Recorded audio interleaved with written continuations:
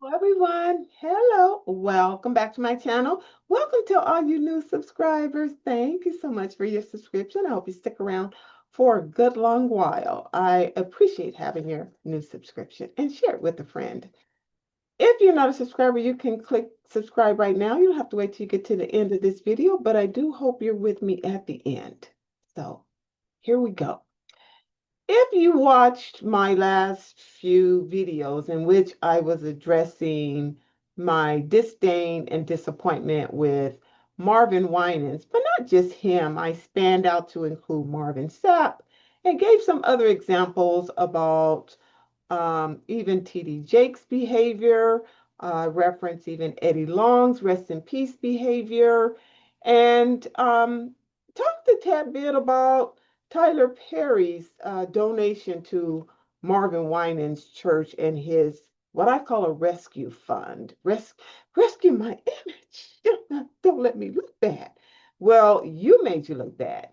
So this video, I want to share what my fervor is. My fervor is this misrepresentation and this deflecting of a person's persona and this supplanting that on all Black people. Because one thing we have to remember, particularly as Blacks, whether I used to think it was in America, but it's worldwide. If you are so blessed to have this pleasant melanin in your skin, it's worldwide by which people seem to derive an opinion of you or make an opinion of you or place an objectification upon you because you're so blessed to be the ones with the melanin tone. And my view about how that is viewed worldwide now, not just in America anymore, I was so narrow minded, thinking it was just here, us in America. But it's not, it's worldwide. We're such a precious stone that everybody seems to see us. So, in my view, they need to see us as we naturally are, which is our best. And so if I'm out in public acting a fool, as my dad would say, and don't act an F-double-O-L. I said, you got to spell it for me. If I'm out there acting an F-double-O-L, that is me acting an F-double-O-L, not you, not every Black person, not every Black person in this country, and not every Black person worldwide. But they seem to think it's that when I alone am acting the F-double-O-L. Well, this is nonsense. I alone don't carry the atmosphere of every Black person. I alone don't carry the bad behavior of every Black person. Because I'm acting nonsensical doesn't mean every Black person is nonsensical. This is what my last video's passion was about. No one gets to just assume that anymore. There's no more need for nonsensical race relation, bigotry, bias, and confusion as to us as a people because you think you thought you knew a thing or two.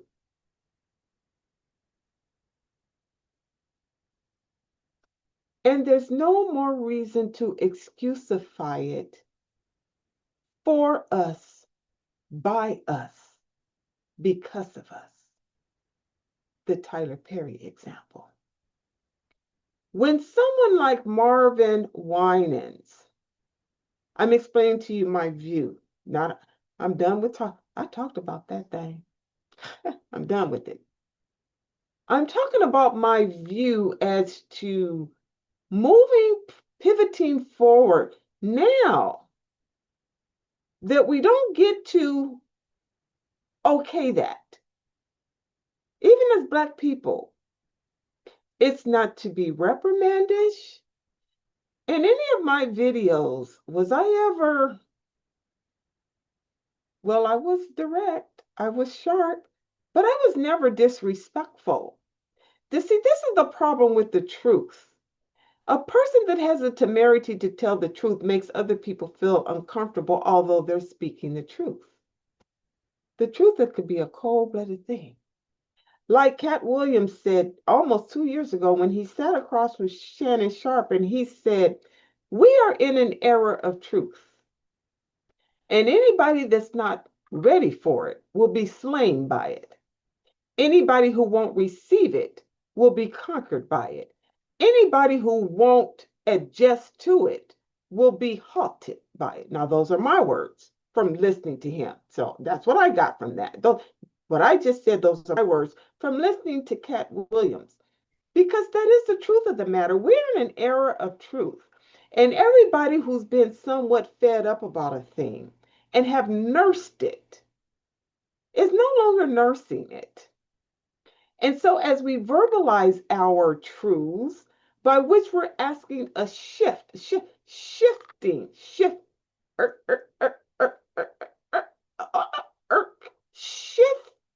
the framework and the consciousness of not only ourselves but other people, it has to be lightly salted.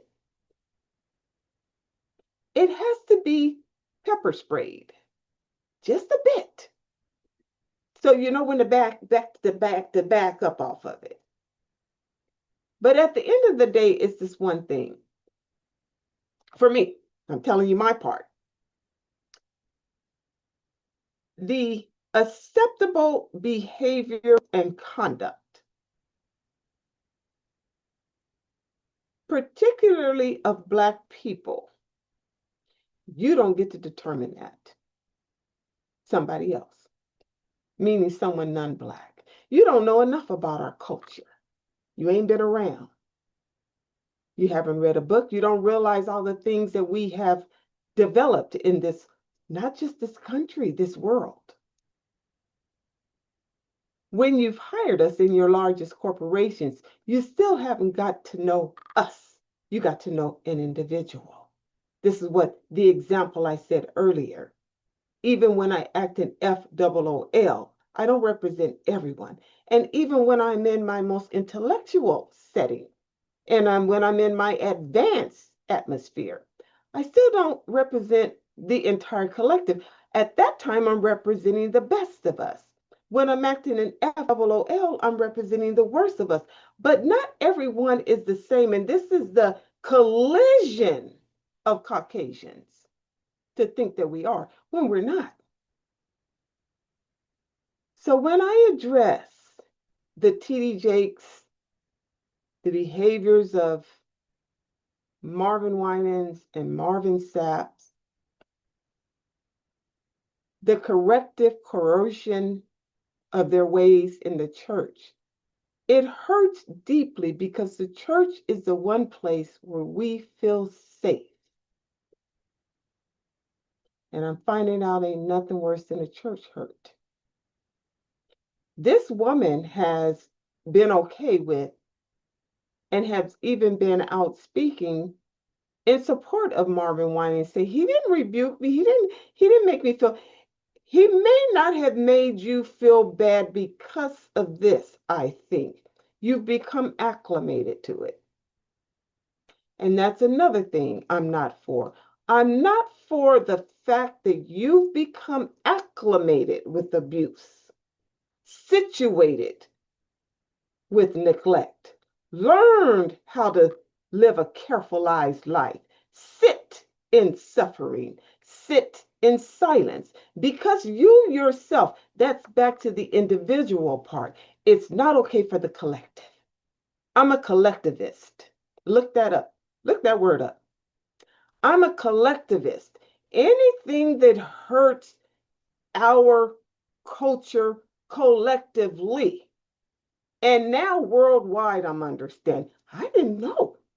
I thought it was just America. It's worldwide. We're a threat.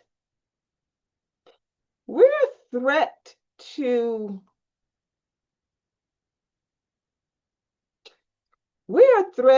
to the proposition of equality, such to the extent that it is to everyone else's great advantage that we're not equal.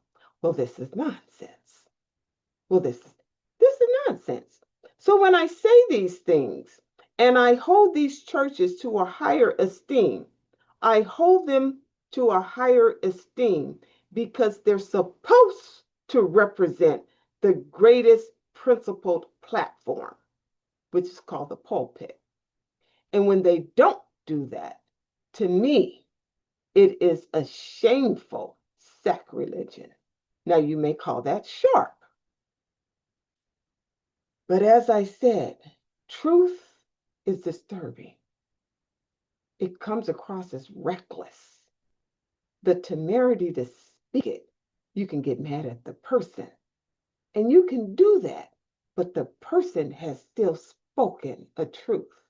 And the truth of the matter is this. Beneath my ambition personally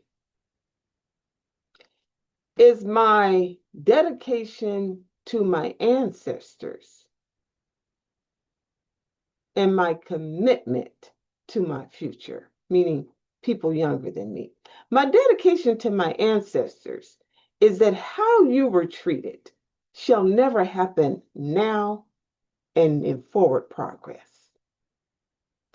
To the degree that I can get involved with it, call it advocacy, call it what you want. But nobody should still be living that way. What we are to do on our ancestors is to lean in to their experiences and to leap forward from it. We are not to suffer too. As to the future, the forward progress for the future, my ambition is that they should not have to live a carefulized life. Telling our young Black men how to prepare themselves should they encounter a police officer. Now, we know we have to do that, but that should be unnecessary. Eraseism. To wonder and be sitting in tight. Oh my gosh. I remember Barack Obama, is he going to win? Couldn't sleep that night. When really, he was the best candidate. Why should this is living a trained, carefulized life. Enough of that is what I'm saying. Now, I have had my views, and probably like you, probably like many people, we have views and we go, well, I can't change the world and I'm just one person and it's too far. I got a life to live and all this. This might be true, but you're speaking at the individual level again. Rise above your consciousness. Rise above your understanding. Rise above your truth. Stand on truth. Because the bottom line to it all is as long as you are Black, you owe it to the collective. You may not think you do, but you do. We do. We owe it to the collective to correct the lens. They haven't been seeing us properly. So let's make it clear, is what we have to do. We got to make it clear that we are as good, if not better, than any other person, and you've had it wrong all along, and now we're here to tell you that you've gotten it wrong all along. And we'll tell you in love. We'll tell you in love, help you understand. But what we won't do anymore is allow you to continue to have a misnomer of the misunderstanding by which you can continue to typecast us in roles that we never were and make us people that we never were, even if it's from the pulpit. And I love you. If you've gotten this far, please click like, please click subscribe. I love you. I'll see you next time. Thank you. Bye. Good night, guys. Good night.